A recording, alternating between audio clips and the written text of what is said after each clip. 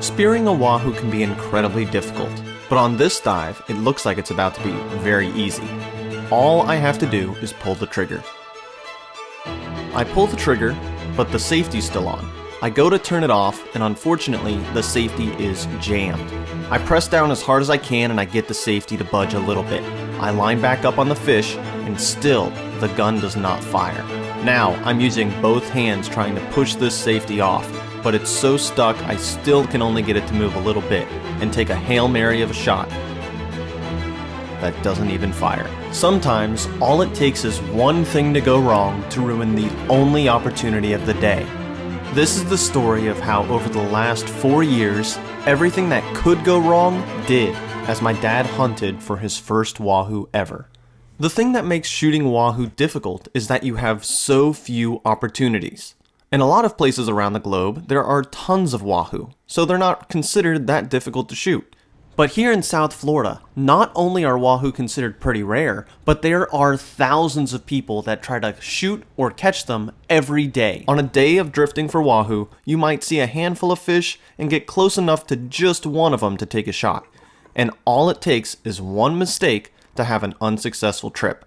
My dad put me on my first lobster, grouper, hogfish, mahi, snapper, mutton snapper, African pompano, cobia, you name it, my dad helped me catch or shoot it. Wahoo spearfishing is a rather new type of spearfishing here in the Keys, and it's the one fish my dad has never speared. Starting in 2020, my brother and I started chasing these fish, and at first we really struggled. After about a year of trying, Justin shot his first fish. Yeah, buddy! And after a whole nother season, I finally got mine. My dad has been spearfishing here in South Florida since he was 13, and this year he turned 65. 65 isn't that old, but it is a lot older than your average freediving spearfisherman. Being the competitive guy he is, my dad dove every chance he could to shoot his first wahoo. In September of 2021, right as the wahoo season was beginning, my dad was diagnosed with cancer. I know that everyone has their own cancer story, but this is just a wahoo story with cancer as a new obstacle. The season of 2021 was when my brother and I really got the wahoo dialed in, each shooting a handful. My dad, of course, loved to be out there with us, so we primarily drove the boat. After 8 months of recovery, my dad was finally able to get back in the water at the end of 2022. Little did we know that the struggle wasn't over yet.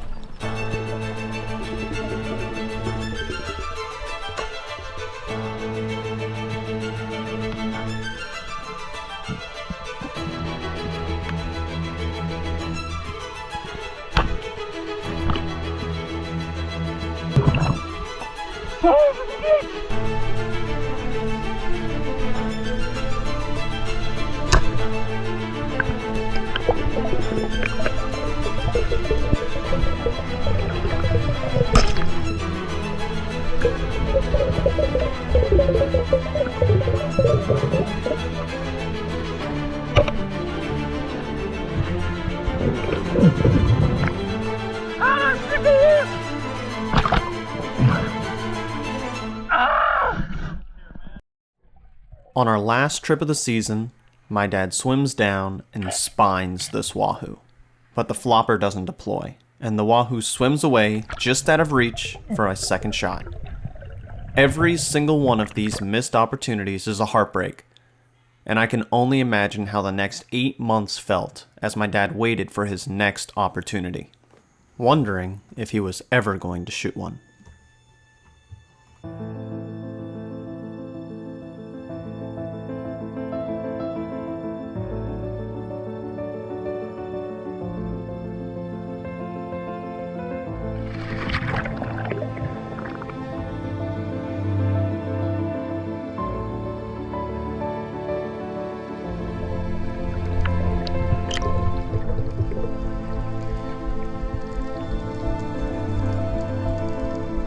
And just like that, after all of that waiting, he still didn't connect.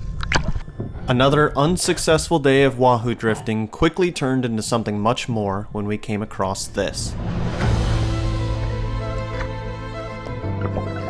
Diving with a whale shark is on the very short list of things my dad has never done here in the Florida Keys, so it was great to be able to check this one off the list with him.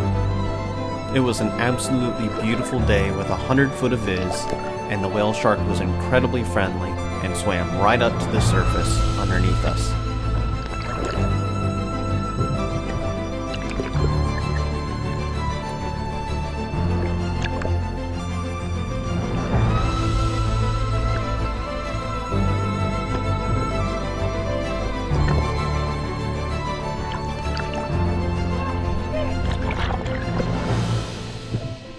A few months go by with a lot of bad weather and very few wahoo around.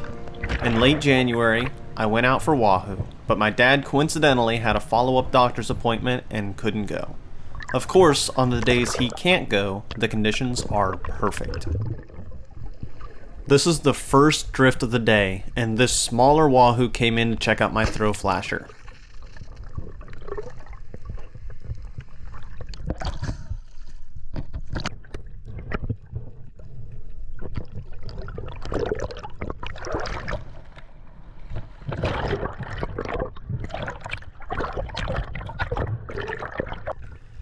Jake went down to make sure that the fish wasn't going to tear out and put a second shot through the head of the fish. As soon as he does, another really nice wahoo swims by, which he probably could have shot if he didn't try to secure my fish.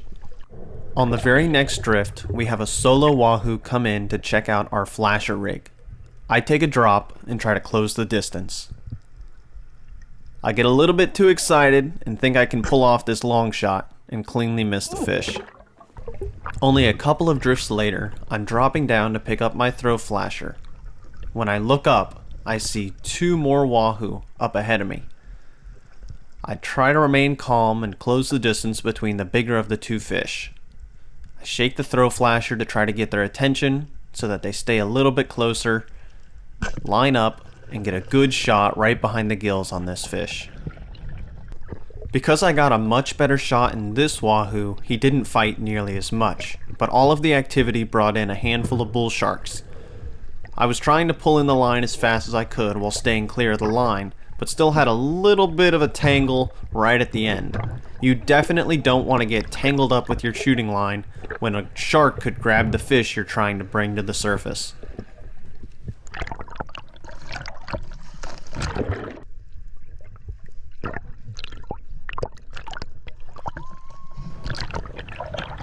When my dad heard that I had shot two wahoo on the only day he wasn't able to go, he was pretty upset.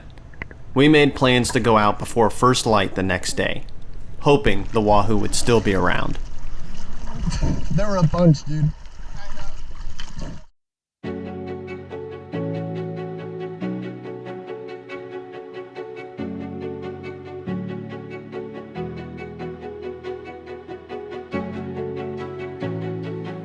It was pretty rough that day, and I drove first.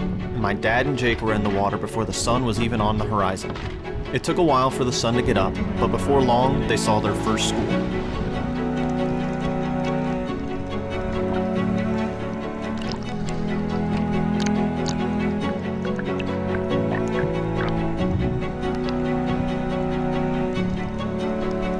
Jake let my dad dive first, but the wahoo were much closer to him, so he had the better shot and took it.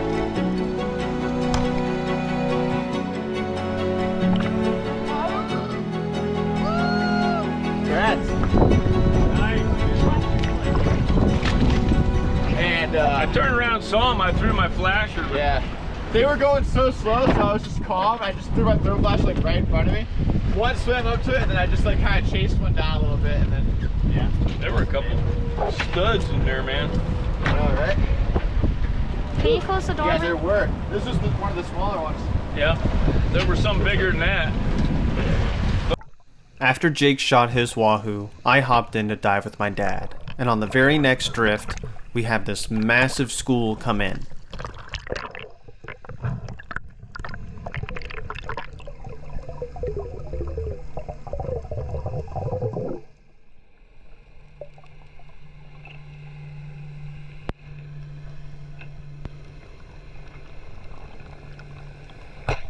My dad connects with one of the nicer fish in the school, and as soon as he takes off, the shot pulls.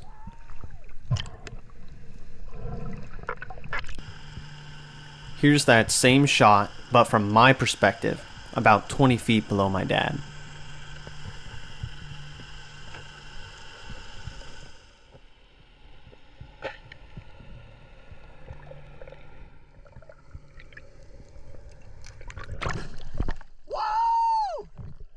I throw my throw flasher as far as I can, but when I put my head back in the water, I see that his shot had pulled. WAHOO starts circling my throw flasher, but I decide I need to swim over there and pick it up before I try to chase another WAHOO down.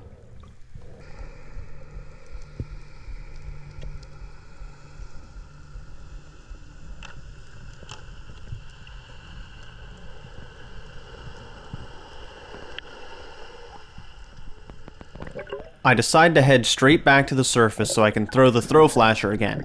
But as I do, one of the closer WAHOO decides to come and check me out. I line up and get a great shot in the gills of the fish. After a short fight, my dad went down to put a second shot in the fish. But after he saw that I had a really good holding shot, he decided to keep his gun loaded in case another WAHOO were to swim by.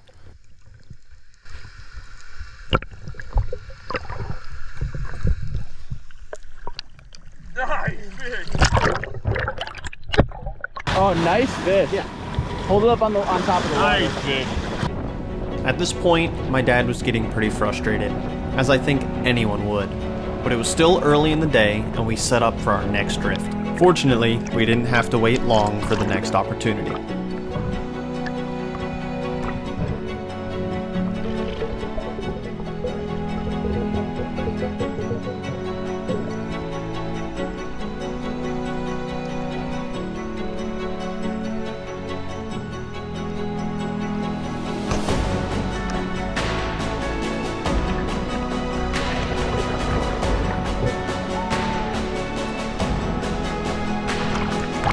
Now here's the question.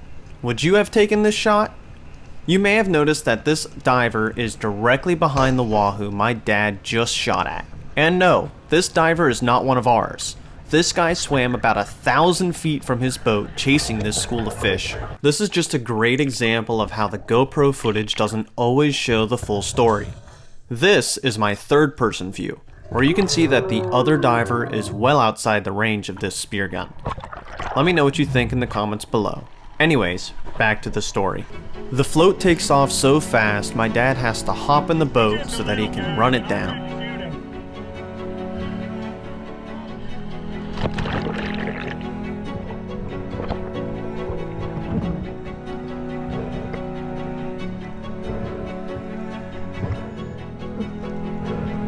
When my dad gets the WAHOO close to the surface, he can see that the shot is in the neck area of the WAHOO. This area is pretty soft and it usually rips out fairly easily.